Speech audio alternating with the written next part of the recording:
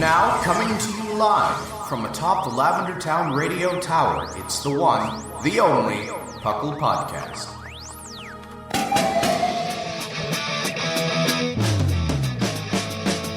It's PUCL! PUCL!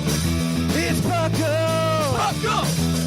Pokémon Underground Champions League, oh yeah! PUCL! PUCL. And welcome to the 452nd episode of the PUCL Podcast. I am your tired host, Trainer Thatch, here today with my early bird co-hosts, PMcGee and R Sigma. I did that backwards today. You did. I was thrown off. I did it much faster than usual, too. But it's just so we can get to the point. We're here to bring you an exciting episode of a Pokemon podcast called PUCL. Of course, short for the Pokemon Underground Champions League. What else would it mean? Like, people on Twitter have their thoughts. One guy just keeps tweeting at us, and I don't know how to break it to him that we're not the organization he thinks we are. I think I finally muted him, but good. Because I feel a little bad every time he does. Do we let him know? But we talk everything Pokemon, from the video game to the trading card game to everything in between, and a little bit more. Sometimes we'll talk about how Thatch likes to mod retro video game consoles for no reason. It's semi-Pokemon related. I play Pokemon Game Boy Advance games on a modded Game Boy Advance pretty often. More so than I should. I do that a lot. That's fun. Yeah, I know. I mean, I like it. I want to get into... There's a new mod that they have out where they have an IPS screen that you can put into your Game Boy Advance. The only problem is that one's a little bit more involved in terms of modifying the Game Boy Advance shell. We're talking OG Game Boy Advance. We're not talking SP. Get that out of here. I have adult-sized hands. And so they have an IPS mod where you can put an IPS screen into your Game Boy Advance. But the problem with the IPS screen, well, problem in quotes, is that it's bigger than the original Game Boy Advance screen. And so you have to right. You have to cut out more of the shell to fit the screen in so you can see the whole thing, and you have to get a special glass lens for it and all this other nonsense. I remember you telling me about this before. I've been thinking about it. It sounds cool. Yeah, the only one that I've done so far is I've just taken the old Game Boy Advance SP screens and thrown them in an actual Game Boy Advance. That's the only mod I've done so far. I've been looking into it though. The other one I was thinking about doing was doing a Game Boy Color one, but honestly, I don't know why this is, because the Game Boy Color was my first console as a child, and Same. I feel zero nostalgia for it. Zero. a lot of the games are kind of just outdated. Yeah, I don't disagree. I do not. I think honestly the difference for me at this point is that I can just go play Red, Blue, Yellow, Gold, Silver, Crystal on my 3DS. Yep. And it'll transfer to modern hardware. I can get them into bank and then inevitably get them into home from there. Mm-hmm. And I think that's my biggest problem, is that I can do that, but I can't do that with the Game Boy Advance games. Right? The Game Boy Advance games, I can't play those on my 3DS. I can't play Leaf Green, Fire Red on there. Honestly, I always remember the Sevi Islands being cooler than they actually are. They are not that great. They just aren't that great. Just throwing it out there. I've felt the same thing where you go there. It's these are deep. Oh wait, no, they're not. They are not. They are absolutely not. Two routes with maybe a small dungeon. Yeah. 12-year-old me was very impressed by them. Yes, that is a good answer. I was very impressed by them when I was 12, and Ruby and Sapphire I still think hold up really well. I think Ruby Sapphire, Emerald particularly holds up very well. Oh yeah, Emerald especially. Emerald definitely holds up very well. I appreciate Emerald as just a game in general. It's a good time. I mean, it got to the point where I was looking into getting read writers for my Game Boy Advance cartridges. I'm getting to that point where you can you can hook it up to your PC and then you can inject saves onto your carts.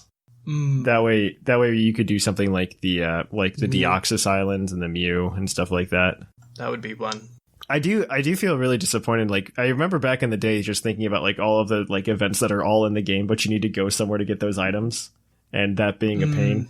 I don't know if I missed those exactly. I don't know.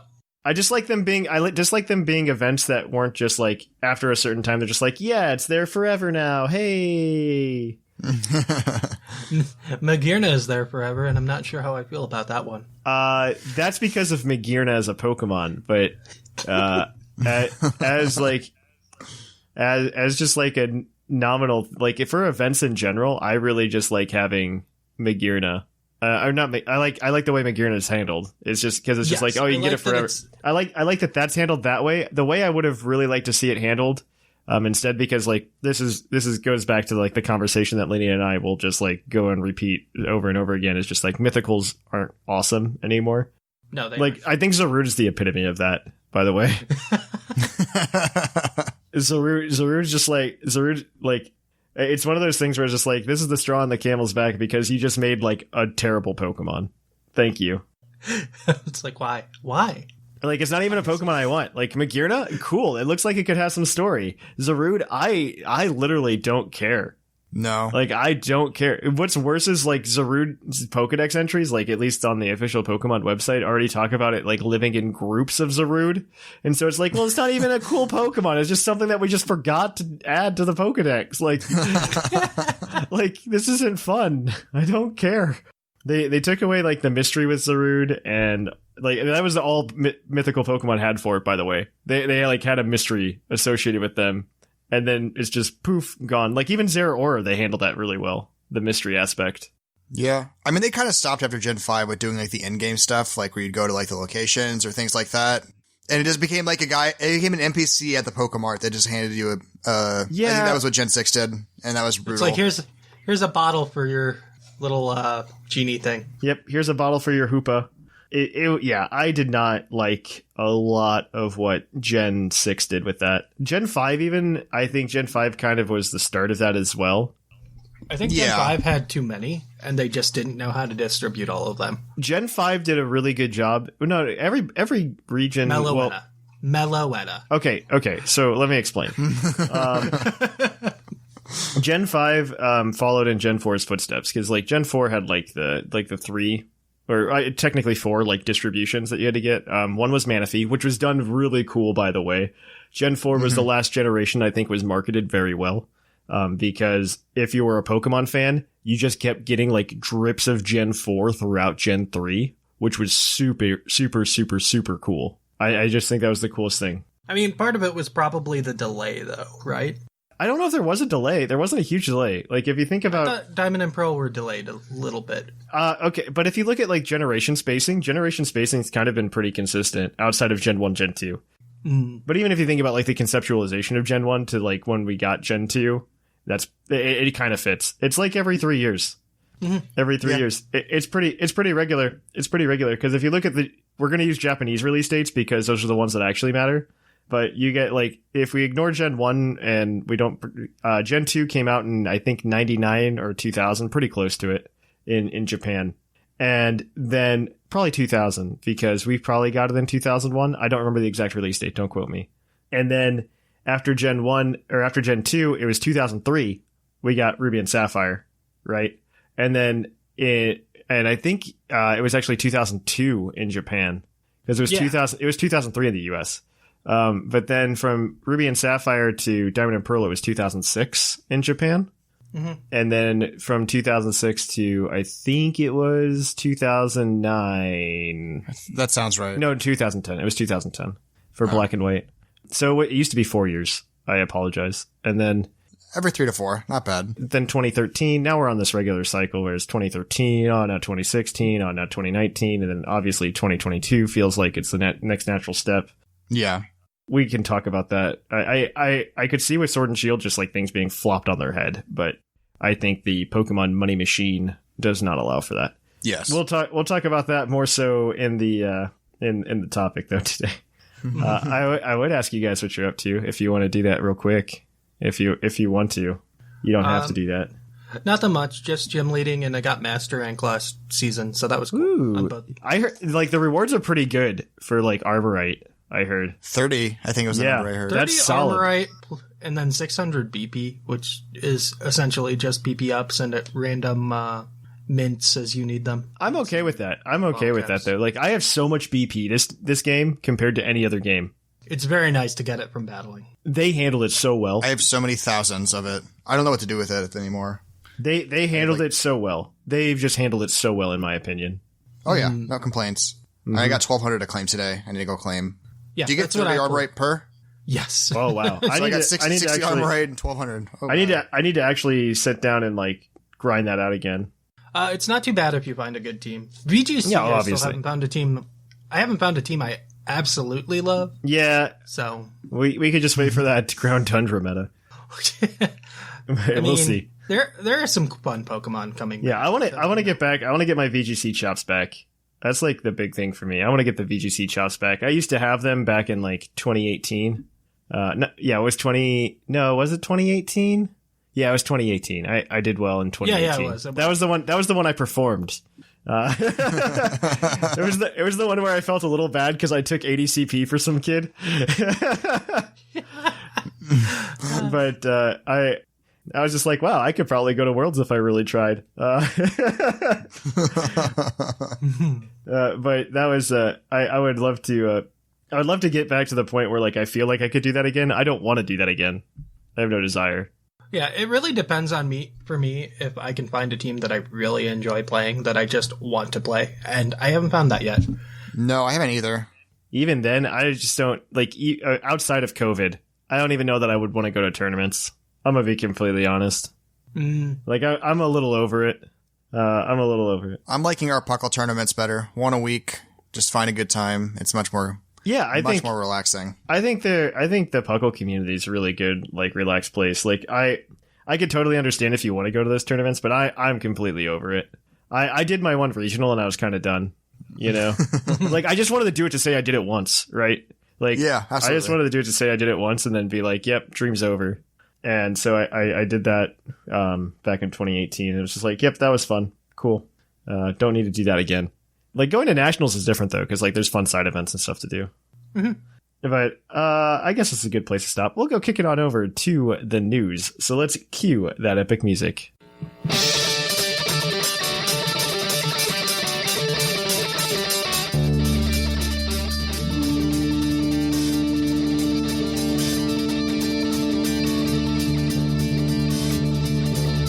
Coming to you live from the Lavender Town Radio Tower. This just in. And welcome to the news. In the news, we have pretty much nothing. Yay! This feels like 2014 all over again, or 2015. Summer this feels of like nothing. 2015 was the roughest year when we were trying to do the podcast because that was the year in between Omega Ruby and Alpha Sapphire and Sun and Moon, and Nothing was announced. That was the longest time in Pokemon history between a game release and an announcement for a new game. Fun fact. Oh yeah. Fun fact. I remember that just from like a enjoying Pokemon perspective of Yeah. it being a very It was a very dry time. It was a very dry time. I would equate that kind of, but we know in like a month or two we're gonna get some Crown Tundra news. well, and we're back to side games again too, which helps. Like that. Oh, that yeah, was like I love that era where they just like abandoned side games. So we're at least back to that. I think it was because they really pushed their mobile strategy. I think they were It was the weekly mobile series of games. Yeah, I think the mobile strategy was what shoved things away from like traditional things like Pokemon Mystery Dungeon and like we're getting Pokemon Snap. Pokemon Snap is going to sell stupid well, by the way. Oh, Like- I'm so excited. It's going to sell stupid well. Like those guys made a mistake not putting that on the Wii U. Like that would have been a system seller. I'm not going to lie. Oh, absolutely. For sure. To be fair, they're not even making it though. So Yeah, that's true. That's true. They're letting Bandai Namco do that. They didn't make the first Pokemon Snap either though. The first Pokemon Snap was developed by HAL Laboratory. Oh, that's right. Yeah, they just had to find somebody to make it though. Yeah. And now they did. So. Yep. All right, so let's jump into actual news that's happening. So the Wild area has shifted and is now promoting we just did Rock and Steel. Now we're doing Water and Ground. Ooh. That doesn't Get feel those like Gastrodons. that doesn't feel like a big shift, and it feels really disappointing. Right. I mean, they're out of like They're out of things. Gigantamax. Yeah, they're out of Gigantamax to promote, so it's kind of like we're gonna do some types now. I feel like they shot themselves in the foot on that one. I kind of wish they did just like the Wailord event with all of these long ones. It's like, That'd be here's cool. your 2% shiny Pokemon that you can hunt for the month. That's a good way to improve it. Yeah.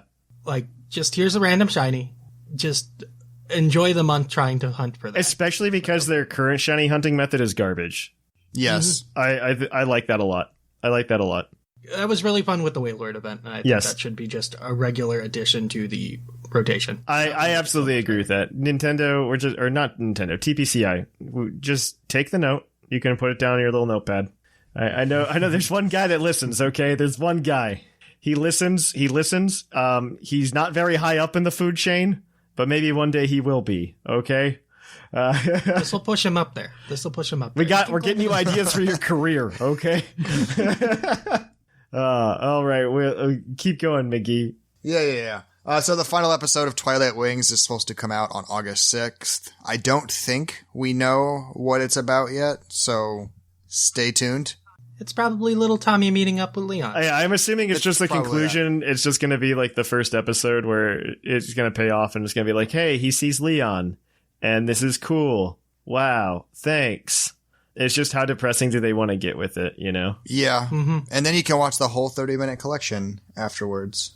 They don't tie together really well. That hurts me that you just said that the whole collection is 30 minutes. I think that's about what it is. I think it's 5 per episode, more or less. And that just makes me really sad. It's just like, oh man, it's only I waited 7 months for 30 minutes of content. Oh, that hurts. That really hurts. But you got Dugong and Galar, like... It's still not even there, by the way. It's still not even there. But you got to see him. That's all that's important. Yeah, we got to see Dugong and Galar, the most factually incorrect... man, I love that they apologized for that before they apologized for Dexit in general. I guess the reason they had to apologize is because they know it wasn't coming. Yeah. Ever. Yeah, it's just not, well, as of right now. But yeah, it's currently not in the plans. All right, keep going, Sigma. Pokémon DX is still available for free for like the next day or so. So if you have a Nintendo Switch Online. Yeah, Tuesday. Yeah, and it is 30% off until the 11th. Yeah, play it and see if you care, because I was like, yeah, I'm probably going to get it finally, and then I played it and it's like, no, never. No, I remember this game. It wasn't good. I remember playing this on the Wii U. I remember this game. It wasn't that good. Okay, again. Cool. Zeraora, Wigglytuff, and Slowbro have been spotted as playable characters for the least controversial Pokemon game to ever be released, Pokemon Unite. There's some weird picks. I'm okay with it because you have essentially a roster of 900 Pokemon you can choose from. And Mega Evolution's there. Come on, guys. Like, what? I'm so upset. Everywhere but the main game. How is it everywhere but the main game?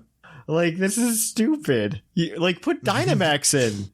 Like, you could be like, oh, they got big, and this is a cool mechanic for this MOBA. And it's like, no, we went with Classic Mega Evolution because that's the one everybody likes. Yeah, okay. I'm It's done. A lot easier to design around for them. I can't blame them. It definitely is. It's a really good mechanic that they should have just built on instead of abandoning. Mm-hmm. But I digress. I'll let McGee talk about the next online ranked series. Yes. So we've hit August now, so it's a new series of online ranked battle, which is exactly the same as the last month because there's nothing new that has been released. So anything you brought last month, you can bring this month. But make sure to claim your rewards because, as we were mentioning before, that Armorite ore is pretty nice if you hit Master. I think it's like 30 per. You've got singles and doubles. So go claim all that and then go get Master again. That's about all there is to say on it. So I would have been so okay with them just leaking in. So the obvious problem that we have is they ran out of content for raids, right? Yes. Yes. We're not even a year into the life of the game, which is more disappointing, I think. So they haven't run out yet. They could, and this will get to our monthly Patreon thing. They could start doing things like the Swords of Justice. That's not going to happen. That's not going to happen. No, it's not going to happen. But there are a few things left. Like the Swords of Justice isn't going to happen because this is like a quote unquote spoiler, I guess, for Crown Tundra. But in the data mine for Isle of Armor, they had there's a lot of Crown Tundra left over in it. They didn't scrub it all out. And there's actually, they have chapters of sequences of legendary events you can go to. And one of them actually references the Musketeer trio. And there's like, well, it's not. No, it's like if you complete everything in Crown Tundra, like there's an extra event to go get the Musketeer trio. Mm-hmm.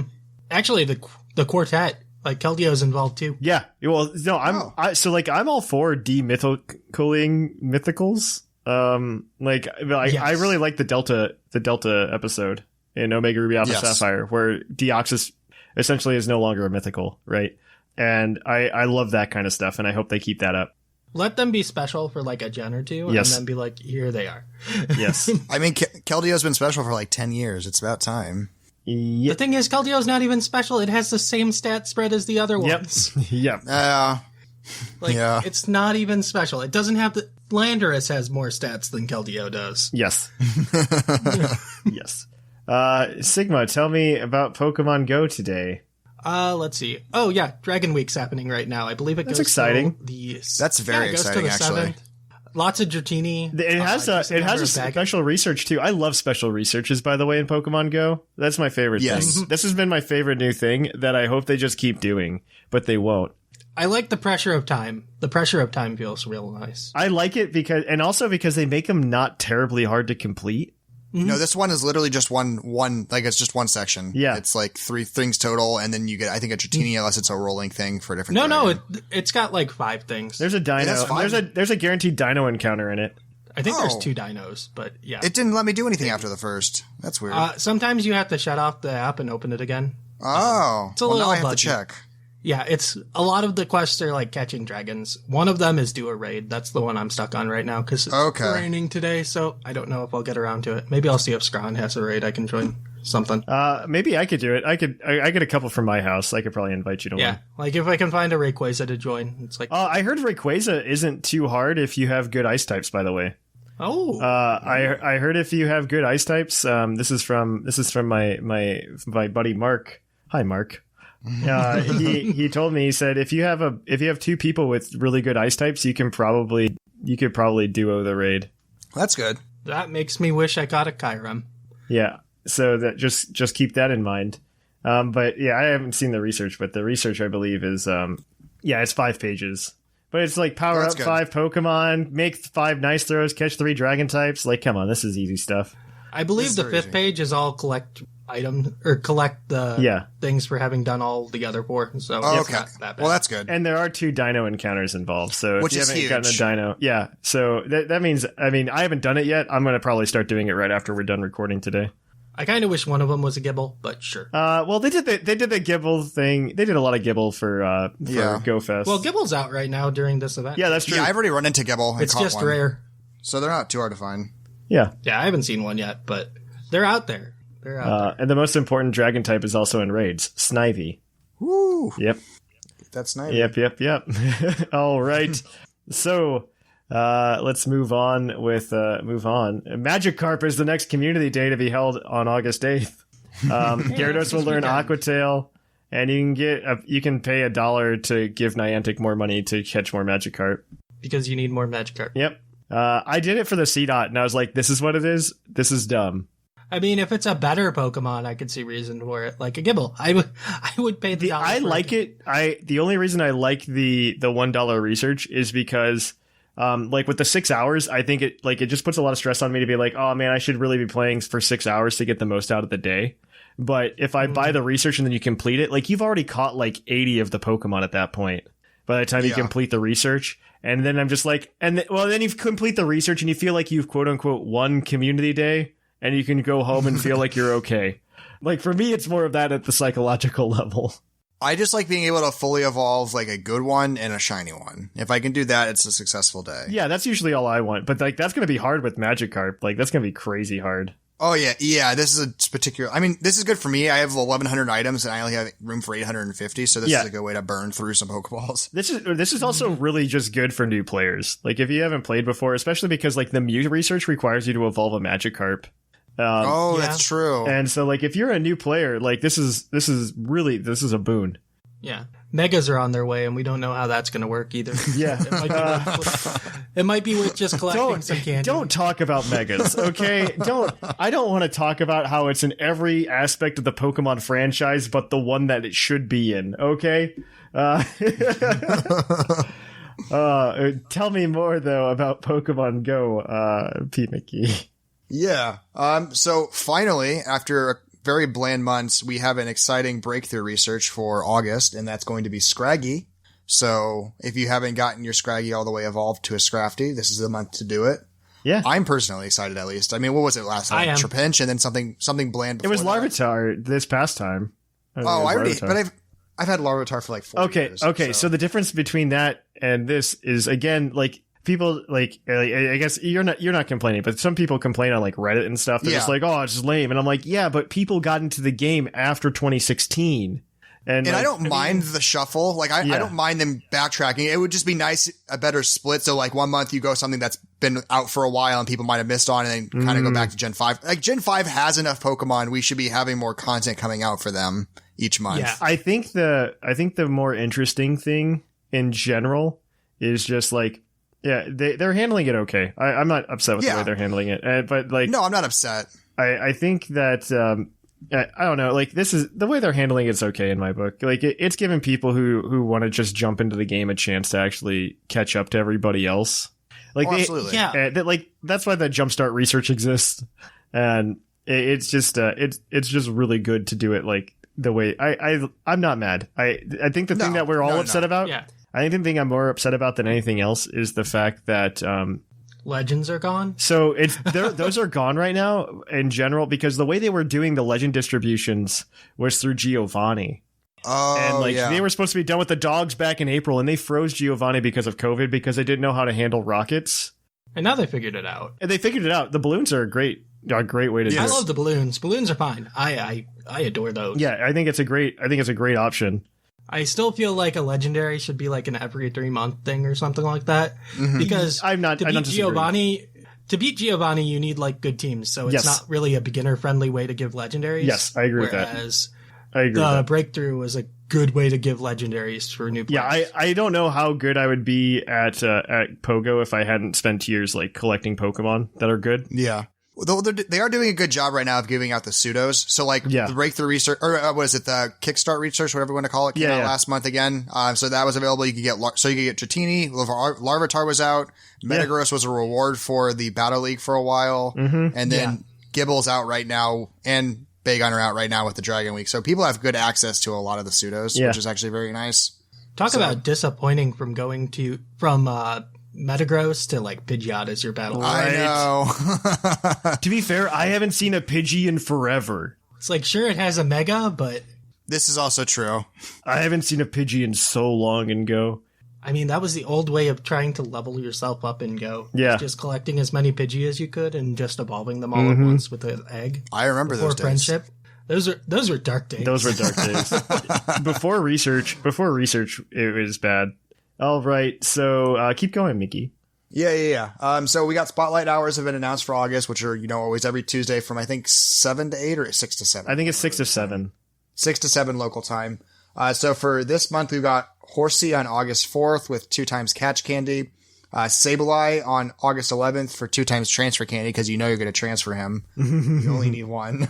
Venipede on August 18th for 2 times Evolution Experience. That's exciting. And then that is exciting. And then finally rounding it out, Geodude on August 25th for 2 times Catch Stardust, because again, that's also you don't really need Geodude, but that's some motivation to catch him. The Stardust is good. I love this though. That's also a good idea. Yeah. Take us home, Sigma. I think there's only one thing left. Yep. Due to server issues, Niantic is going to be holding a makeup event on August 16th for ticket holders. For GoFest. 11 to 2. For GoFest ticket holders. For GoFest. Yeah. 11 a.m. to 2 p.m. local time. They're going to have the rotating habitats again. For just fire, water, and friendship. Mm-hmm. I believe also they said that there's going to be a free box for them. For remote raid passes. I'm into it. Fun. Like there's going to be like 2 free remote raid passes, I think. I got screwed because like mine froze up and wouldn't let me get like the free box the first day. I had to wait until the second day. Yeah. I did GoFest. It was okay. That's how I describe it. It was okay. It seemed okay. It was okay. It was okay. I wouldn't say it was great. It was okay. All right, so a couple PUCL news items. This has been a long news segment, so I'll get through this very quickly. This month, it's August now. You can get the Shiny 3 Musketeers and regular Keldeo over on our Patreon.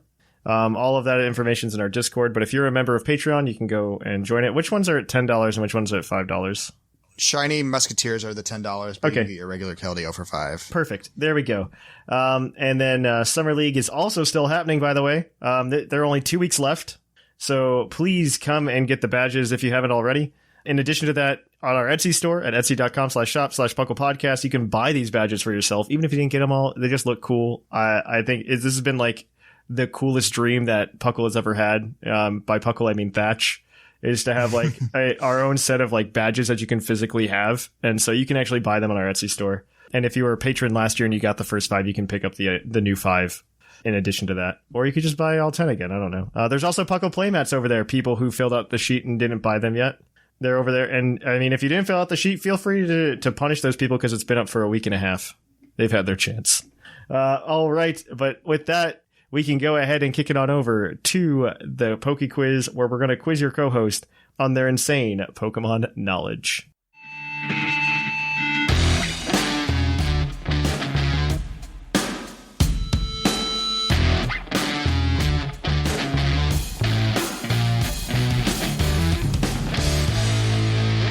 And welcome to Puckle's Poke Quiz, the part of the show where we're going to quiz your co-host on their insane Pokemon knowledge. PMcGee and our Sigma are going to be together as a team today, answering 5 Pokemon-themed trivia questions from our Discord server. You can go ahead and jump them over in there. We really appreciate it. It gives us cool questions and gives these guys a chance to really pick their brain. This part of the show has 5 Pokemon-themed trivia questions, like I said, each worth 1 point. There's one question that's worth multiple points. Depends on how badly they do, how many points it's worth. All in all, just know that it comes out to a possible point total of 6 with all of the questions. And know that they can, of course, use a... actually, I think it's... Oh, I've changed it. It's 7 now. You can get a possible total of 7 points now. Oh, yeah, Pokedex boost. Pokedex has changed. Because that's what I think we're both bad at Pokedex, so it's fine. We're adding a point to Pokedex. If you can get it with 1 entry, you get 2 points. If you need an extra entry, it's 1 point. And you don't get to choose when I read the second entry. I just decide if you've struggled enough. There's actually an extra point this round. You are in a race with your fellow co-host to a race of 30. Whoever gets there first gets a $20 credit to Pokemon Center. We'll get you your Pokemon stuff. You can also win yourself by submitting a question. If you submit a question, you'll be put into a raffle for a $20 credit over to animegravy.com, your one-stop shop for all of your anime nerds needs. You should also just check it out in general. We are, of course, going to go ahead and begin our trivia questions. Our trivia question, our first one is going to be from Coil Builder VGC. What was the first Pokemon confirmed to be added to the main series games due to outside Pokemon media, i.e. movies, anime, manga? Because I don't think it's Ho-Oh, because Ho-Oh was, I think, originally in the plans, and then or is Ho-Oh like what you're actually looking for, where it's the Pokemon that showed up somewhere else first and then ended up in the games? There's Togepi. Togepi could be it. Togepi shows up. That's the first Gen 2 to officially show up. Yeah, Meryl, I don't think is the case. No, Togepi existed before Meryl and Snubbull and all them. So Togepi is ahead of them. Anime, and in the terms of the anime, I think Togepi is the first confirmed with a name that shows up. That's not Gen 1. Okay. Outside of that, I don't know. I haven't read the manga, so I don't know if something shows up there first. Unless there's like Marticu. They haven't fused the birds yet, so there's that.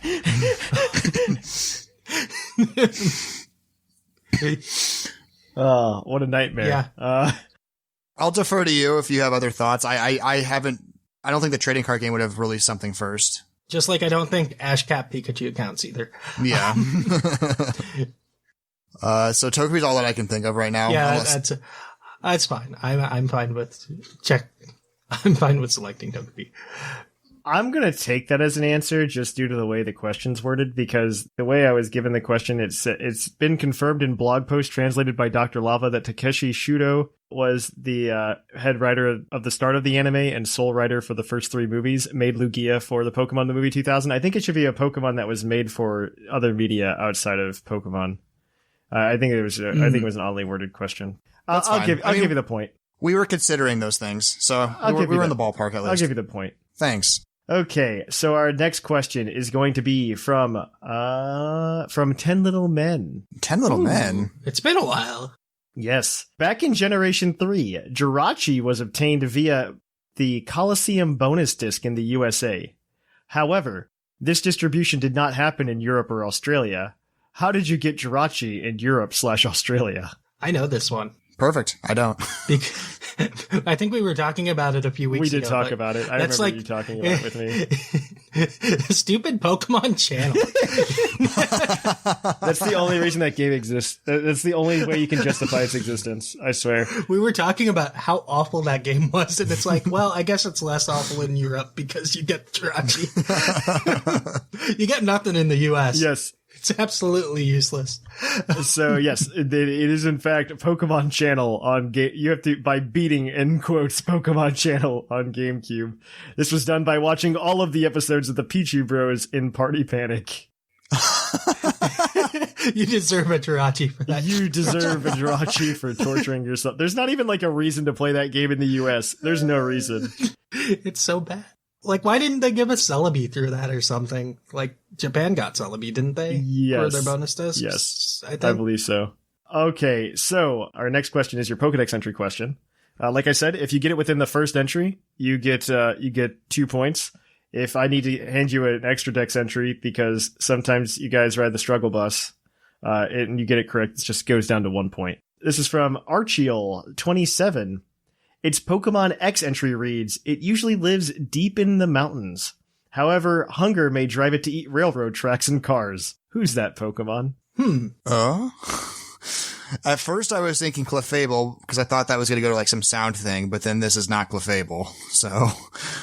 I don't know. Nom nom nom. I could see it being a Durant, maybe. Durant? Because, like, it seems like something that would eat railroad tracks. It's weird that Heatmore is not in the Dex entry, but I don't think it's in everyone. I think it's in like half of them. So there's something I remember like eating steel, but I can't think of it. It wouldn't be like an Axew, would it? That. So I was thinking something like that actually. With like I feel Axew. like that has something to do with tusks. So. That's Fracture is with the tusks. I don't think it would be Haxorus. Haxorus can't actually get down there. Axew's on my mind.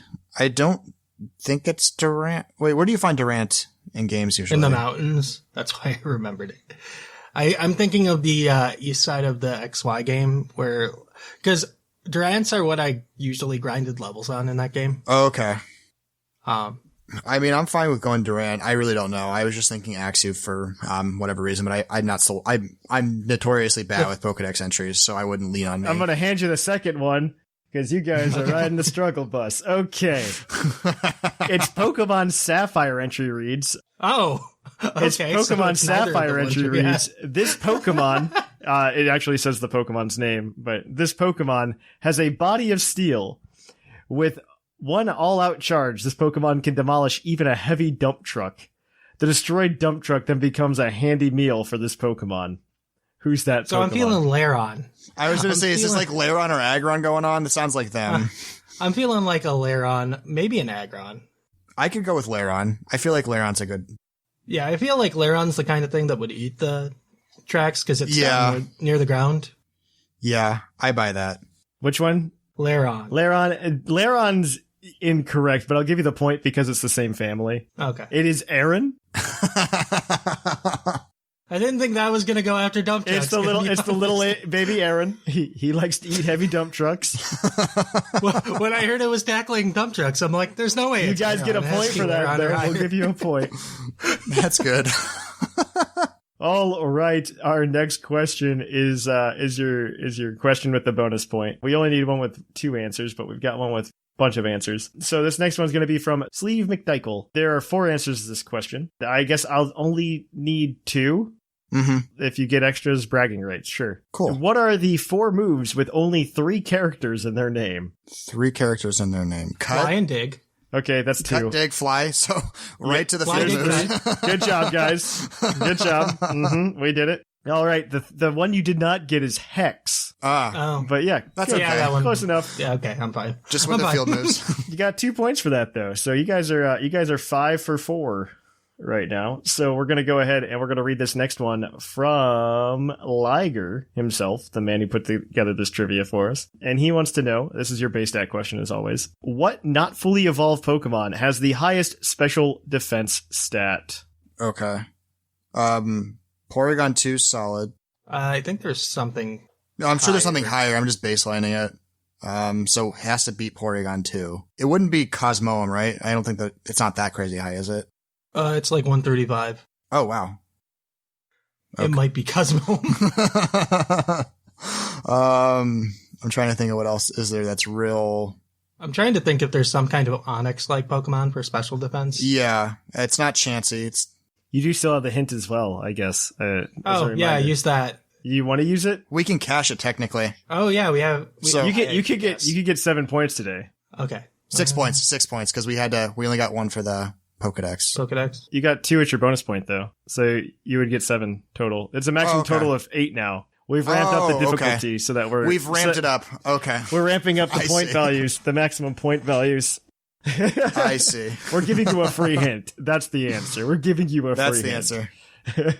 7 points is no longer impressive. So yeah, I'm leaning on Cosmoem still. I'm trying to think. I don't think there's some weird special defense sponge. Kadabra's not crazy high. I'm trying to think of anything else. Gen 1. I would have leaned towards Duosion, maybe. I think that's more HP than it is special defense. So, is there something that loses a lot of defense when it evolves into like a nothing crazy like Porygon 2? Yeah. I'm gonna need an answer. I like Cosmoem. Okay, we'll go with Cosmoem. Cosmoem is correct. Yeah. Cosmoem has a base special defense stat of 131, just beating out Dusclops with base 130. Oh. That gives you guys 7 points today, though, and so that shakes up our leaderboard. It shakes it up. Kind of like, shake it off, shake it off. Do. It does put you on top because nobody else is around. Let me see. You guys are winning the leaderboard right now in first place. And tied for third place is Lydian Sublime in basket with 5 points. So, yeah, more to come next week, I guess. So you can get to 30. Keep sending those in. We really appreciate you guys sending in your trivia questions. We're going to take a short break and kick it on over to the topic. This week we've got another Castbox review. We've got one from Ironwalk75 that says, absolutely amazing podcast. Great balance of all the aspects of Pokemon. Amazing host and varying co-host. Well made. Absolutely my favorite podcast of all time. Well, thank you for that. Leave a review anywhere you listen to podcasts, and maybe we'll be right on the show. Until then, we're going to kick it on over to the topic. And welcome to the topic. Our topic today is going to be, I guess, a wish list for what we want from Pokemon in 2021, or just what we think is going to happen in 2021. I think I've said my idea several times on the show, but I'm going to get to say it again today. This is all kind of sparked because there was a leak on 4chan, the most reliable source for news. I'm going to put leak in quotes. Like, it's not a leak. Don't listen to this thing. No one believes. This thing's really bad because people are just really hungry for video game news in general right now because we haven't gotten much of anything. Nintendo specifically. Yeah, Nintendo specifically. Nintendo hasn't said really anything at all in like the past few months. I think a lot of things were like almost done before COVID happened and they just weren't able to finish them on time and they're kind of scrambling. So this person put together a wish list instead. It's a fun wish list. It's also like a very like Pokemon heavy wish list for a Nintendo Direct. That 100% like right there, like being as Pokemon heavy as it is, tells me that it's not going to happen because Pokemon centric stuff like they describe here is typically a Pokemon Direct and not a Nintendo Direct. Yes. Mm-hmm. You could have like one of these in isolation. Yes. You could have a couple of these that just get like tacked onto a Nintendo Direct, but typically the first one on the list is Detective Pikachu and Assistant Pichu coming in March 2021. Sure. Pokemon doesn't care about that. Pokemon's like, sure, that was a movie. Okay, whatever. They're going to put that out. Yeah, sure. I don't care. That's probably the truest thing that could happen in this. But like, it gets more ridiculous as it goes on. And so like, I want to say matter of factly, like this is false. This isn't going to happen the way that they say it is. And announces a Pokemon Direct? Maybe, but probably still not. Because the next thing they list, get ready to pull out your wish list. Pokemon Sun DX and Moon DX, which is a port of Sun and Moon, coming summer 2021. Summer 2021, when Pokemon hasn't released a game outside of November since 2013. 2014. 2013 was October. Yes, 2014. You're correct. 2013 was the year that we had Zelda and Mario released on the same day. Oh, wow. Brilliant. What a great time to be alive. That's how packed that year was. You had Mario and Zelda release on the same year, so Pokemon had to be in October. Well, 2013 wasn't great. Like, it wasn't good Mario that came out. Which Mario came out that year? I think it was 3D World, which is like the best Wii U one. Yes, but that's not saying anything. It's still pretty good. All right. I think it's better than Sunshine, but... I like Sunshine more than that. Okay, so with features from Sun and Moon as well as the Ultra games, a new story mode called Alolan Eclipse will come to the game, along with Solgaleo Lunala and a third Pokemon called Totacalypse. God, why is this news? Why is this happening? Like, this circulated around the community, by the way. This, like, circulated. The sad thing is, it would have been so much easier for them to go for the Aura SDX, because that's actually been found in data mines. That was in the Pokemon Home thing. That would have been a much easier push. And even then, I don't know if this is just like somebody who has a wish list or what. People are dumb on 4chan. How many times do they have to try to remake the Sun storyline anyway? Sun and Moon storyline. Like, we were okay with the first one. We didn't really like the second one. No. Why take a third stab at it in 5 years? Oh my gosh. Go to a different series. To be fair, I'd much rather have a Lola now than like another Kanto. Absolutely. I'd prefer that over Kanto or Johto, but... Kanto V7. I'd like Johto. There's a bunch of regions that, like, they're just like, yeah, they exist. We did the remakes. We're done. I think Sinnoh's obviously, like, the candidate. Yeah. We can talk about that in a little bit because, like, I think the likelihood of that happening is higher than... Because, like, I think it was you, Linian, and myself that talked about the possibility of that game coming out. Yes. And I think since the last time we talked, I feel more confident that it's going to happen. Because I think the last time we talked about that, it was before the release of Isle of Armor. Yeah. So this is, I guess, minor spoilers for Isle of Armor because the Pokedex leak exists for Crown Tundra from the data mine. We know in the Pokedex what the Pokedex looks like in Crown Tundra, and in Crown Tundra, they leave out a lot of like Gen 4 stuff that you would expect to be there compared to like what else was there, because all of the fossil Pokemon are in Crown Tundra except for Rampardos and Bastiodon. Which is fine because like they're not good ones, but like they are the worst ones. You put Kabuto and Ammonite in, so like Kabutops has seen some rain play. You're biased anyway because you like Cradily. Like you're biased. Cradily is still good. It has Storm Drain. If you're gonna do it, you might as well do all of them. But if they didn't do that, they also left out a lot of Gen 4 mythicals. They left out a lot of mythical Pokemon in general. Mostly the ones that have multiple forms. 2 of the Gen 4 mythicals fall under that, both Arceus and Shaman. Maybe 3 if you count Fion. If Fion's a form of Manaphy, maybe. But like they left out all of them. It's still 2 models you need. They left out Manaphy, they left out Fion, they left out Darkrai, they left out Shaman, they left out Arceus, which is semi-strange. When you could have at least put in Darkrai or something, right? Yeah, Darkrai's the weird one. Darkrai's the weird one they left out. They left out the fossils. I'm just becoming more and more like, I don't know, I'm putting my tinfoil hat on. It's time. They finished the decks with, Gen 4 remakes or some kind of Gen 4 remake in some way. Like maybe they like launch like a DLC where you go to Sinnoh or something. I don't know. Or like a Sinnoh-esque region. You go to Shinjo Ruins or whatever type deal. That's the kind of thing. I don't know. I would love to see Gen 4 remakes come out and like they always have like the full Pokedex in them as they come out. I would love for that to happen. I don't feel confident. I think also remakes are a really good place to bring back Mega Evolution as opposed to Dynamax, since we've already seen that happen, right? With Omega Ruby Alpha Sapphire. I think with the way that Z moves and Dynamax particularly have been set up, it makes it hard to shove those into different regions, but the way Mega Evolution was set up is something that can transcend regions. Yep. Mm-hmm. It's been in 4 regions so far, so, like, it's not a hard push. I'm still super upset about that, by the way. But, okay.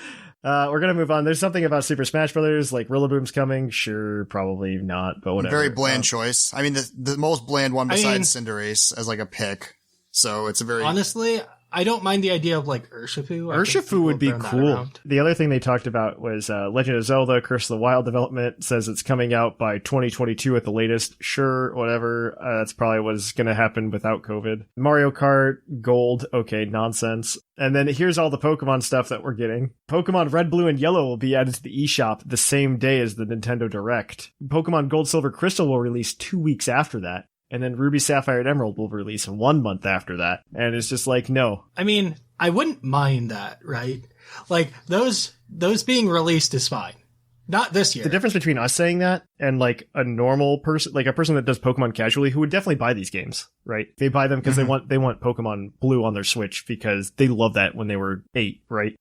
Like us, yeah, we're going to buy them when they come out. Sure. 100%, right? Problem is that spacing is way too close. Very close. That's way too close. I guess the consideration is we've already had red, yellow, blue, gold, silver, crystal on 3DS. The bad assumption, like if this kid wants to predict anything, which he obviously hasn't. Yeah. Not everybody who owns a Switch owns a 3DS.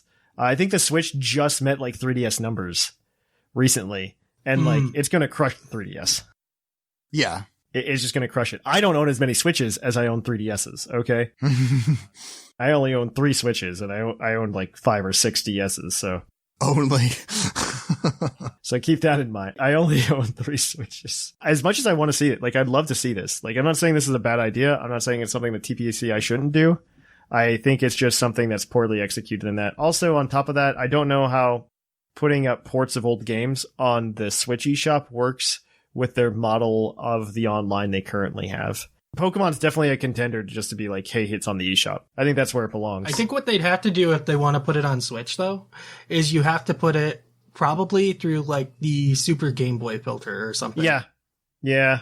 I think that's how you'd have to do it. I assume they're just going to come out and just be like, hey, here's the Game Boy games on Nintendo Online now. You can play these, and then they won't have Pokemon, and they'll be like, you have to buy those separately because those have save data or something like that.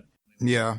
I mean, there's a lot of value to putting Emerald on the eShop. Oh, Some way absolutely. to get Emerald. Like, Emerald specifically, because, like, everyone has a ton of nostalgia. Even though it's sold very poorly, you know, it's the worst selling mainline game. That's true. And people have a lot of nostalgia for that game specifically because we complain every year about the Battle Frontier. And so going back to, like, the old school one. It's kind of an echo chamber effect again because of, like, how much, like, we're just uber fans. Mm-hmm.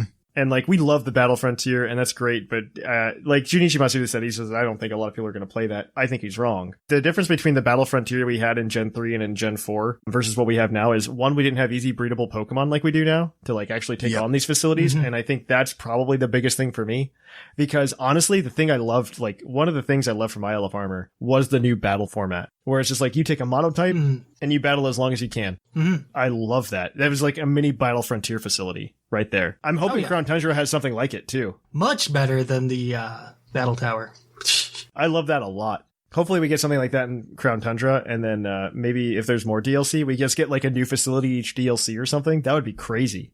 I would love it. I'd be a fan. Yeah. I'd like that. I would love that. Yeah, hopefully it's not just that Galar tournament where you're doing doubles. I assume that's what's going to be in Crown Tundra. I really hope that's not all of it. It'd be so sad. Because, like, I want DLC 2, and I know a lot of other people want DLC 2 as well, like DLC Pack 2, not DLC 2 in Crown Tundra, but I know a lot of people want it, but, like, the thing that really scares me about saying, like, yeah, DLC 2 is a guaranteed thing, and I want it, because it is also, I think, honestly, in 2021, the best way to pull as much money out of my pocket with a vacuum cleaner for Pokemon, because I would pay them $30 to have another DLC pack that drops in like February and then say like August, and then they drop Gen 4 remakes in November. Then they've got $90 from me. Oh, easy. You could probably do it like February and June or something. Yeah. I mean, what was the retention rate? Wasn't it like 80% or something crazy? It was crazy high. Like the DLC was great. I think we'll find out very soon when the reports come out, like this week, I think. The DLC is going to be like giant. It's a big deal. I want DLC to happen, but the thing that bothers me is just how Crown Tundra is set up is literally the pinnacle of what we would typically get at the end of a third game. All the legends and everything. It's all the legends. It's going to have the facility to battle your old. Yeah. Probably, it says the Galar Star Tournament or whatever, but I mean, we got hints that from Pokemon Masters of all places that certain trainers might come, like Lance, to also go over there. That's the part that bothers me personally, to be like, yeah, more DLC's coming. Yeah, because all that screams endgame content. Like, that's how you would normally finish a regular Pokemon game. You go catch some legendaries, you go face some high up trainers, and that'd be how you finish. So that screams we're done with this entry of Pokemon. And also going back to like the Crown Tundra leaks, there's also like a reward for completing the DLC pack or something like that. Mm-hmm. It's like, okay, maybe, but they could do the same thing with a second DLC pack in that regards. Because you're guaranteed to have both of them. Like, I don't think a DLC 2 is a surefire shot. I think it's something they should do. I think it's a win-win because 1, as a Pokemon fan, I would purchase it. 2, as a Pokemon fan, I would go, cool, you finished the decks. I appreciate that you took the time to do that.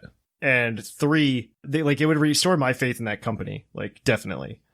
I think the issue is going to be that it depends what they have in the pipeline. If they've already said, for years, we're absolutely. doing Gen 4. If Gen 4 is coming in 2021, and especially with everything related to COVID, like they're not going to have the resources to spread thin and push another DLC pack out. Even if they liked the numbers they were seeing from like the early downloads for DLC 1, I don't know if they have the resources. If they've already committed to, 2021, we're releasing Gen 4 remakes or whatever. I absolutely agree with that. There's also like the chance that they were only like 30% done with, say, a Gen 4 remake when COVID hit. And they're like, well, if we continue this, it's not going to hit schedule.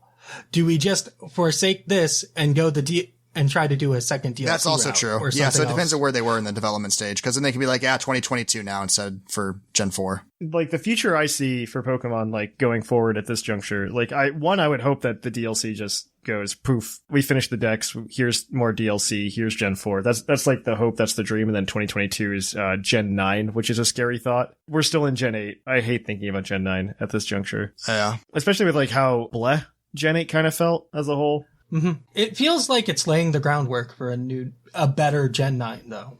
Hopefully. We could say that a lot, but I don't know. Like, they're working out the kinks that they need to do so it can be a better Gen 9, right? Hopefully. My big hope is, like, we get rid of this Pokemon issue where they're just like, oh, we kept some of the Pokemon out. At this point, like, if the Gen 9's on the Switch, let's say, like, they've got the engine. There's no excuse in my mind. Yeah. I think one of the big things, though, is just to control the meta. Because right now it's a mess. They've done that before. That's the thing. Because right now it's a mess where they're listing the available Pokemon. It's like you can use any Pokemon in this dex or this dex, and you can use Popplio, Incineroar, Cobalion. It's like, why are we randomly listing off Pokemon? This is not what it should be. They've already done this before, though. So, like, we could still have the ability to transfer, but you just have the national decks, or not the national decks, but you have your different dexes, you have regional dexes, and you can keep doing DLC, which I think is the 100% way they should go. I'm very salty because I thought I knew Pokemon, and I'm very upset that they didn't, like, finish off the starters in the Crown Tundra and the Isle of Armor. Like, I think that is a really poopy move. Mm-hmm. I do like the starters we're getting, at least, though. Maybe. I don't feel too confident at this juncture, but as a group of starters, those starters are my favorite. So I'm like, I don't love one individually more than the others. I think the Gen 3 starters being added in Crown Tundra was the right choice if you were going to pick one set of starters that wasn't already in the game. For multiple reasons. One, because you still have the tradition where you can be bringing up Pokemon all the way from Gen 3. Which the Pokemon Company was advertising up until the announcement of Generation 8, by the way. There's a video that was spreading around Japan. It was like the Pokemon Rescue Squad, and it was like this is really dramatized. Yeah. These guys are like driving around in this van. They get like a phone call from a guy because they found their Pokemon Sapphire cartridge under their couch. Get it? They like clean off the context, they shove it into the thing, and like you watch it transfer from generation to generation all the way up to Gen 7. And it was like this really cool and powerful moment. And like that was the big thing, because like you could bring a Pokemon. You could bring your starter from Gen 3 all the way up to Gen 8. And I think that's the bigger thing they're trying to do with Crown Tundra is be like, yeah, you can have your Blaziken that you had in 2003. And you can give it the hidden ability, which is great. Yeah, I was about to mention that item's definitely coming, so I'm excited about that. So it's going to be crazy. It's definitely an interesting thing to see. Personally, what I would like to see is I'd love to see Sword and Shield itself finish the decks, because I think this has kind of been... I honestly don't know that DLC was planned back in June of 2018 or 2019. It feels like an August decision or something like that. I watched a lot of like stuff on like what was going on in the background of Game Freak and stuff like that, and apparently like the decision to cut everything like they did wasn't like a unanimous decision in Game Freak, right? And I think Junichi Masuda was just the one that's like, I have to fall on the sword and say, we have to do this to be able to meet deadline, probably. They don't have to apologize to me with their words. They can apologize to me with their actions. It'd be a good way to close out this generation, because that would allow it to... I mean, we're always going to have strong like opinions right now. It would set a precedent. That's the thing. Like, I want Generation 8 to finish with all of the Pokemon. just to set the precedent that don't worry, your Pokemon will be here within the next 3 years.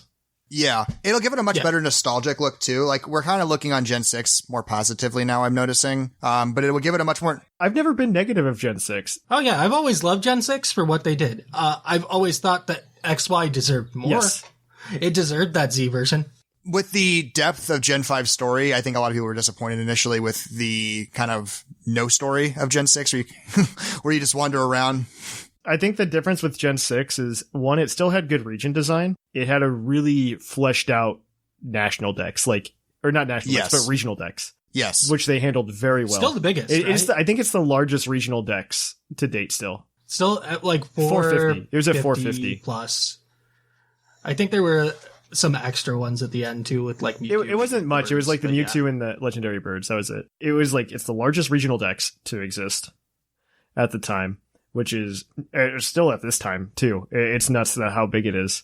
It had really good regional design. I think we gave it a lot of leeway because it was the first 3D game in that regard as well.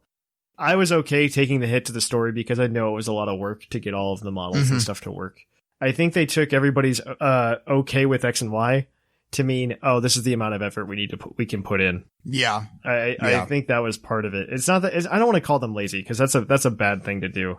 They reprioritized their development. I think they reprioritized what they... they saw the negative reaction to Gen 5 and the positive reaction to Gen 6 and were like, oh, that's the problem. It's no. I think the story of the Pokemon Company in general is just a lack of communication with the fans. I think that's just the story. And it always will be. I think if they finish the dex, though, in Gen 8, people can look at it in 10 years later and be like, yeah, that was a fun entry in the series overall. It'll be a fun redemption story.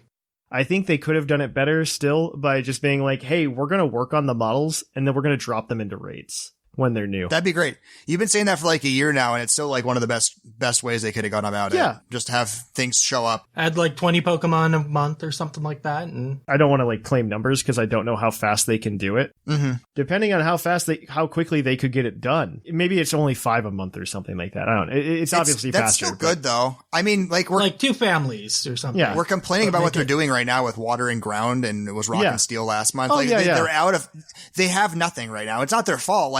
They've been releasing content literally since the game came out. They've been doing featured raids, but we've ran through all of them. We've released all the Gigantamax forms.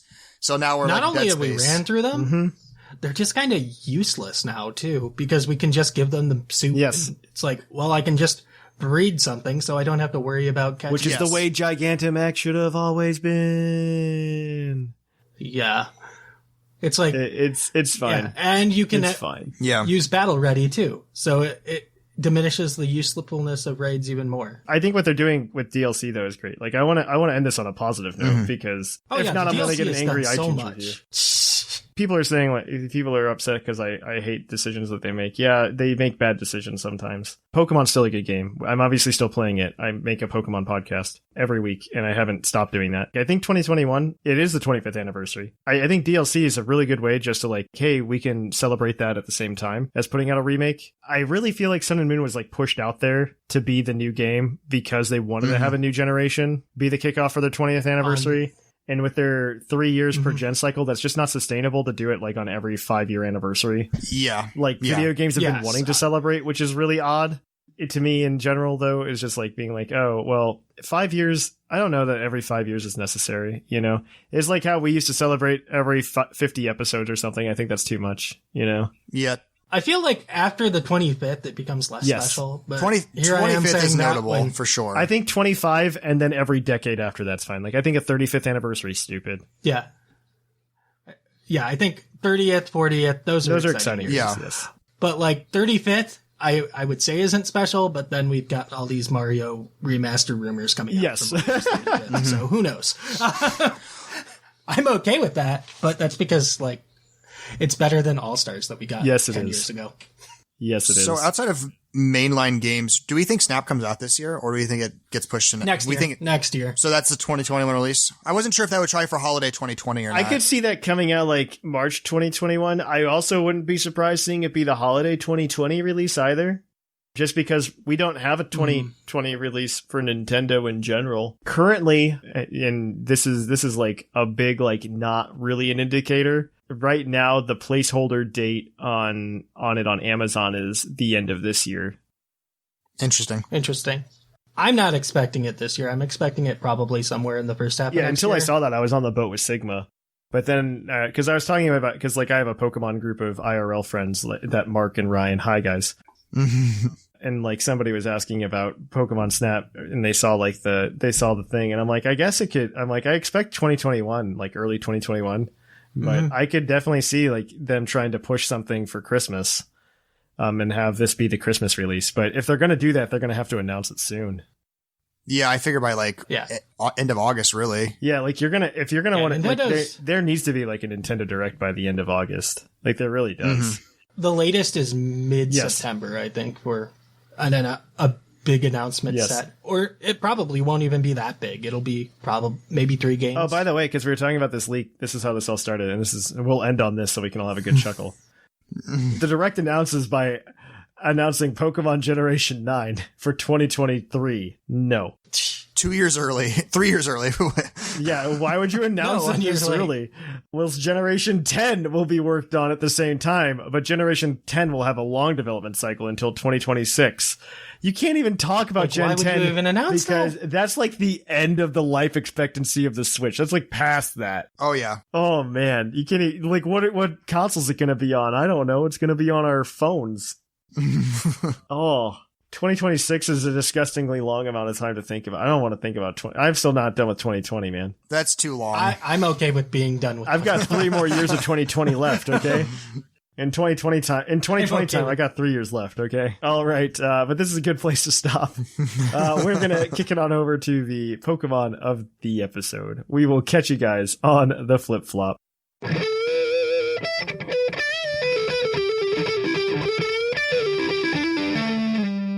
Poke of the episode.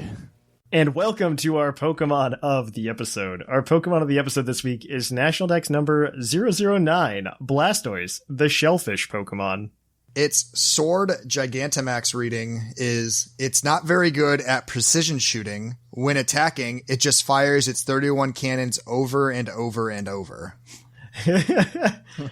Blastoise has been surprisingly fun. In VGC, I think recently, this is what the team is today at least. And his stats aren't terrible. I mean, base 100 defense, base 105 special defense. He's a bulky boy. Base 78 speed's not terrible either. No. We're abusing its speed today. Base 85 special attack, base 83 attack. You should definitely just run special attack because screw Intimidate and Snarls for special attack, but screw Intimidate. Yeah, exactly. And also just look at Blastoise's move pool. Like, I guess you could teach it Waterfall. It might have Liquidation. Maybe. But we'll go ahead. I'll let you guys start with the Blastoise. You can start with Blastoise on this team. This team is also dumb. I'm just telling you all in advance that this team is dumb. This team is taking your Fire, Water, Grass core to the extreme. Is basically what it is. In the dumbest way. I'm just saying it because, like, you listen to the team members as we go on. Yes, you will notice a trend. So leading off the team is Blastoise. He has his Gmax form, but he's not really going to Gmax that much. He's carrying a Choice Scarf, Torrent as the ability, 252 special attack, 252 speed, timid nature. So he's running Water Spout, which is obviously the biggest thing. You're going to abuse that extra speed to get off a first turn Water Spout that has huge damage to your opponents. He's got Yawn for, I guess, if you want to put things to sleep. I've never actually ran it, but it's there. Blizzard, again, to hit things, spread. We have a very fun moment with Blizzard in our video, so do look forward to that. And then he's got something else quite quirky. He's carrying Water Pledge, which is going to pair up nicely with our next Pokemon, which is Venusaur, who also has the Gmax form and carrying Life Orb. Chlorophyll, 252 special attack, 228 speed, 28 HP, modest nature. So Venusaur is running Grass Pledge. And so the way the pledge moves work in VGC or in doubles in general, if you're not very familiar with them. So the first Pokemon will use their move first. Whoever goes first in terms of the speed chart which would most likely be Blastoise in this case. So he'd use Water Pledge, and then immediately, if you use Grass Pledge on Venusaur, it will kick in. It'll skip all other speed calculations and go immediately after that. And then it'll launch a 150 base power Grass move. And what the Pledge move does is sets a Swamp on your opponent's side, which quarters their speed for 5 turns. So it's like a super strong Sticky Web. It used to be Paralysis. Oh, geez. That used to be Paralysis speed. No, that's old Paralysis. That was old Paralysis. But yeah. Oh, quarter speed. Yeah.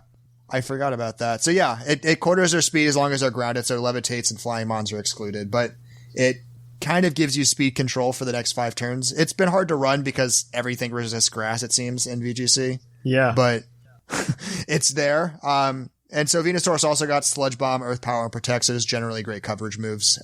And is a very dangerous Gigantamaxer. Oh my gosh. Okay. Have you noticed the trend yet? So I think they will when they hear about this Incineroar with it. No, that's on every team. That's true. That's true. It's on every team. It's an Incineroar with a Citrus Berry with 252 HP, 156 defense, 100 special defense. It's Relaxed Nature. It's got Snarl, Fake Out, Parting Shot, and Burning Jealousy, which I didn't know what it did until I just talked to these guys. But apparently, if people have boosted their stats, Burning Jealousy... That turn, Burning Jealousy will hit and burn them. And it will hit both opponents. So if you're D-Max... Yeah. And you do something that boosts your stats as well as your partner, they both can get burned. Like Airstream Cinderace. Yeah. Cinderace boosted speed, Cinderace is burned. Man, that's nasty. Oh, okay. And so the next one is Rillaboom with Assault Vest. This is just Rillaboom. Why isn't it G-Max? Why isn't it G-Max, guys? It is. Oh, it is G-Max. Oh my gosh. It's got Grassy Surge, 252 HP, 252 attack, 4 special defense, Adamant Nature, Grassy Glide, Wood Hammer, U-Turn, and Fake Out. Oh, I hate this. I hate this team. This team hurts me on a spiritual level.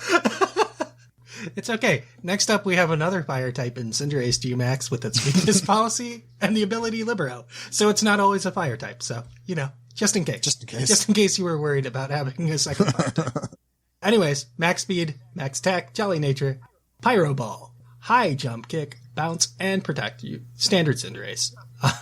And to go with it, and to help proc that weakness policy, we have the Primarina with the Throat Spray, Liquid Voice. Oh yeah, this is the one with the weird EV spread for some reason. Very weird. Yeah, we have 252 HP, 84 defense, 140 special attack, 4 special defense, and 28 speed Modest Nature. I believe that's probably outspeeding like a 1-speed Tyranitar. I imagine that, yes. I guess that's where the speed is for. Anyways, we have Hyper Voice, because with Liquid Voice it's a water attack that's a surf that hits both Pokemon and not your teammate. Moonblast, because coverage and fairy type. Aqua Jet, so we can boost up that Cinderace with the weakness policy if they don't have, like, an Indeedee or Togekiss on the other side of the battlefield using Follow Me. That's something you gotta watch out for. But if you Aqua Jet the weakness policy Cinderace, odds are you're probably gonna do pretty well. And you get Protect because doubles. I hate this team. What's to hate? I hate this team. I don't know what you're talking about. The pro of this team is that if your opponent sees you with this online, like, they're gonna think you're just one of those kids that's just like, you put your favorite Pokemon together into a team, and they're not gonna take you seriously. I think that's 100% of what's happening, especially when they see you click Water Pledge. I think one of the times I watched PMcGee use this team on Showdown to try it out, someone he was against is like, I hate that this is a team that actually and I believe he continued to, like, beat him. Yes. Oh my god. It works. It's got flaws. The lack of electric move really hurts sometimes, but it works. Oh my gosh. Okay. Well, if you want to watch PMcGee and Claude pilot this team on YouTube, you can do so over at youtube.com/PuclPodcast. On which day? What day is it coming out? Wednesday. There it is. So check that out. Until then, though, we're going to kick it on over to the mailbag. mail time! Send in your emails! Mail! And welcome to the Mailbag. The Mailbag is the part of the show where we read your emails on the show. You can send an email into puclpodcast@gmail.com, and we will probably read it. Every week we typically have a prompt. Last week's prompt was, I forget, actually. It wasn't in the episode because I forgot to do it. But I put it in the show notes. I wonder if anyone replaced Jolteon. They did. Bam did. Okay, good. He did replace Jolteon. I forget what the actual prompt was. I don't think anybody actually answered it. So we will have one for you this week, though, and we are going to go ahead and read these emails, though, from you guys. And as always, this segment is brought to you by Green Toros, the energy drink that gives you hooves. Blah. Hooves. There we go. And we'll give a Green Toros badge to anybody we think wrote a good email. So we will start today with Sleeve. Hi, Puckle people. Sleeve here. I've been listening to Puckle PTU, the Puckle PTU feed, and it's got me thinking about what life would be like in the Pokemon world. More specifically, about what jobs would be out there. Now, I know we all like to think we'd be a Pokemon trainer, gym leader, professor, but the fact is that those jobs are very limited in number. My current job exists in the Pokemon world. I could work in the Pokemon Center as a medical device expert, maybe managing a team of Rotom and Magnemite to keep things running. What do you think you would do for a living? Thanks for all the content you produce. Puckle fan, Sleeve. Wonderful. What do I think I would do for a living? I'd be a Pokemon trainer. Boom. Answer the question. I don't know. I don't want to. It sounds boring to be like, I'm going to do my job in the Pokemon world. Why would I do that? I want to be a Pokemon trainer. Obviously, you just walk a Heatmor around to incinerate all the garbage on the ground. Just oversee the Heatmors just incinerating everything. It's fine. Oh my gosh. Like, I don't want to do my job in the Pokemon world. I want to be a Pokemon trainer. No. Pokemon are too good at destroying the idea of physics. A lot of the time, yes. What's the point of studying something that they're allowed to change? It's not fair. Magical creatures that don't make biological sense. Yeah, it'd be infuriating to be a scientist in the Pokemon world. Right? Imagine Palkia just having a bad day and changing things. Oh my gosh. Could you imagine? Okay. So this next email is going to be from Caleb. Hello, Puckle. My name is Caleb, and I love your podcast. My first game was Let's Go Pikachu. So I may be biased, but I actually thought that game was okay. You are biased. That was mostly because you can actually get a Mew in this game via haggling with cousins. Or you could pay $50. Or, unlike... Or you could pay $20 because it goes on sale pretty often. It goes on sale pretty often now, yeah. The other thing is that I thought was pretty good was so there's cheaper ways to get Mew, by the way, in previous generations, like Generation 4. If you owned a Wii, you can get a Mew for the low price of $10 to play My Pokemon Ranch. Only on Diamond and Pearl, though. They never updated. Yeah, they never updated it in the US, which was really odd. Never got Platinum version. Yeah, never got Platinum support, which was weird. But you can do it. You can still do it for $10. Actually, they shut down the Wii eShop, so probably not. I still have my copy downloaded, though, so sucks to suck. Also, the Wii, Thatch isn't condoning these kinds of activities, but the Wii isn't the hardest console to soft mod. No, not at all.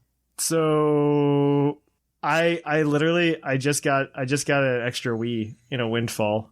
So my wife was like, we could sell it. I'm like, and what? Make $20?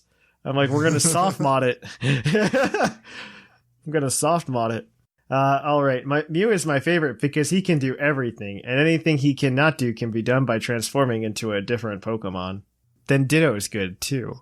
I mean, it was for a while. It was OU this gen. It was for a minute. It was when Dynamax was still a thing. Oh yeah, it was the best Pokemon. Yes. Number 3.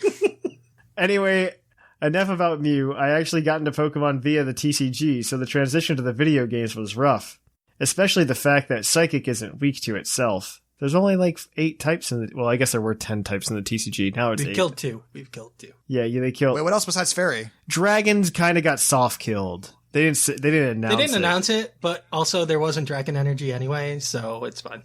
Yeah, I think it was more like, hey, we're getting rid of this energy, and then Dragon type was stupid anyway. Those were the only 2 types they added, right? Since like Steel. Yeah, those were. I don't know why they got rid of Fairy. I liked Fairy. I liked Fairy too. I understand that there were a lot of types that only had like one type of Pokemon in it. Yes, now that's I true. think we're down to just Metal being pure Steel, and because they moved Poison over to Dark, so that was. I like Poison and Dark. I'm not gonna lie. Poison to Dark is a good choice. I really like that. That's the way it should have gone the first time when it went from grass to psychic. It should have gone from psychic. It should have gone from grass to dark. Yeah. Oh yeah, electric still is only electric too. So that's true. Yep. But before there were 4 types like that. So my first cards were a first edition Golem, a Xerneas, a Meowth, a Lillipup, and a Shelmet. Commas. They exist. That is a black and white pack. It sounds like. Yes, it is. Well, minus the first edition Golem, and the Xerneas. Oh yeah, that.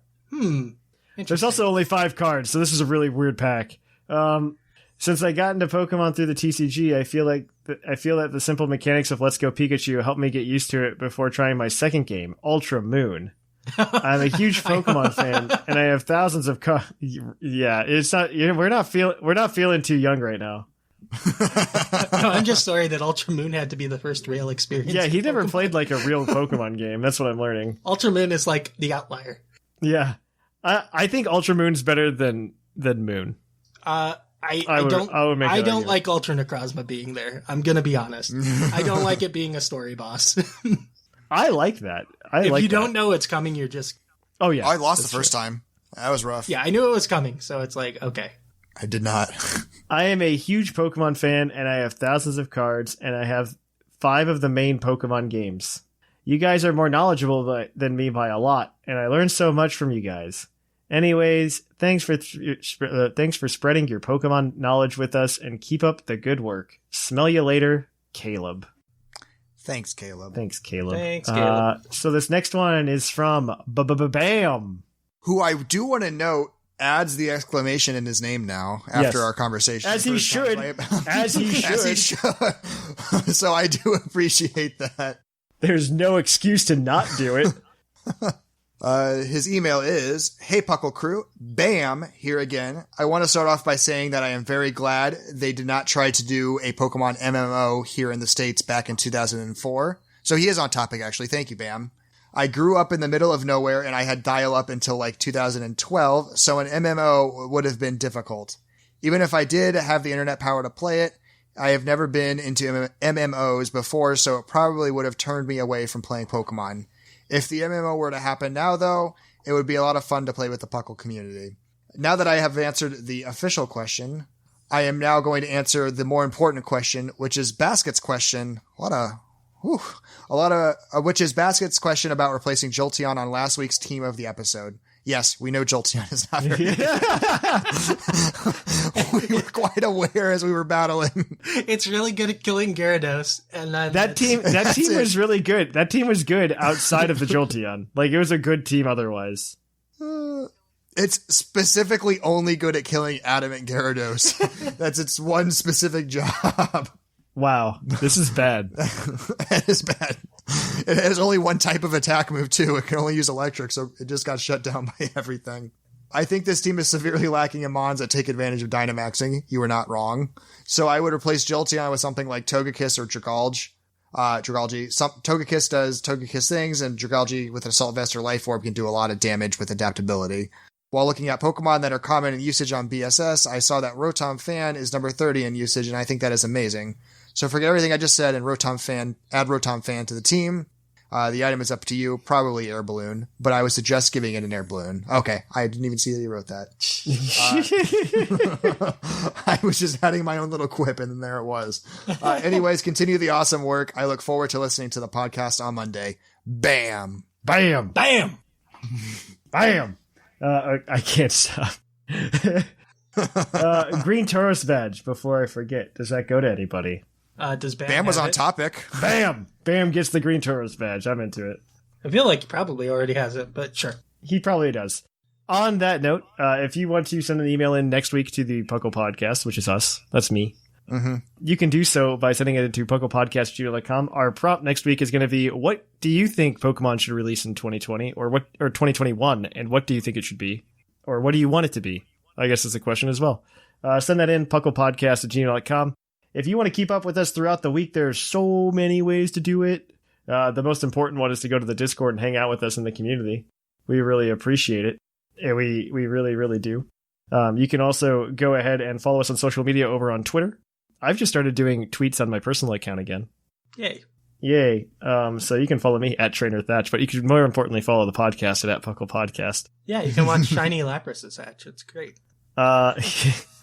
Sigma loves the fact that he has a capture card now, and he shows. No, that's not even a capture card. That's just really. That's just using the Switch's. Oh, that's nifty. Recording. That's even better.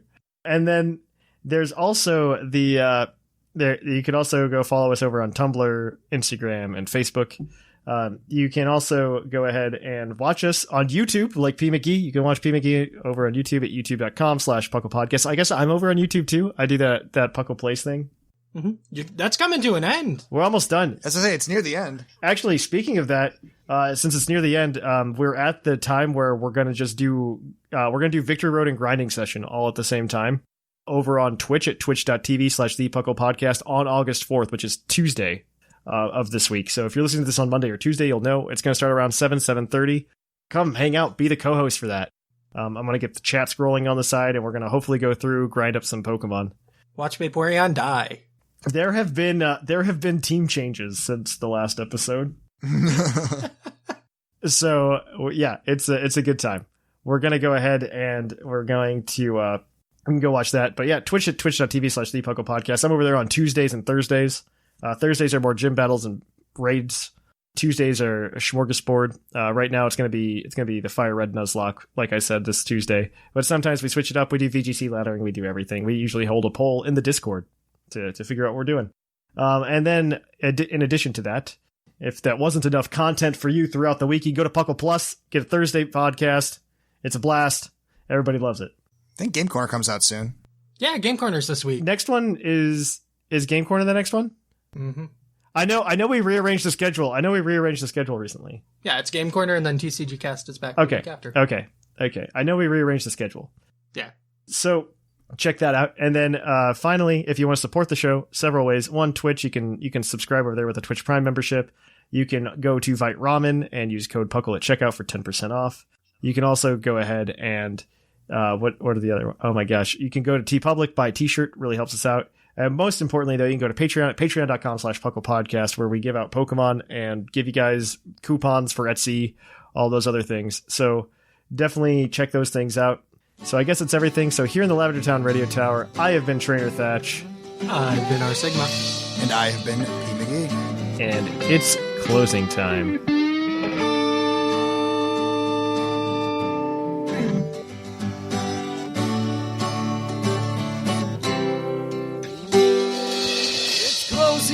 Time in Lavender Town. Time to say our goodbyes. It's closing time. Farewell, my friends. I'll catch you on the flip side.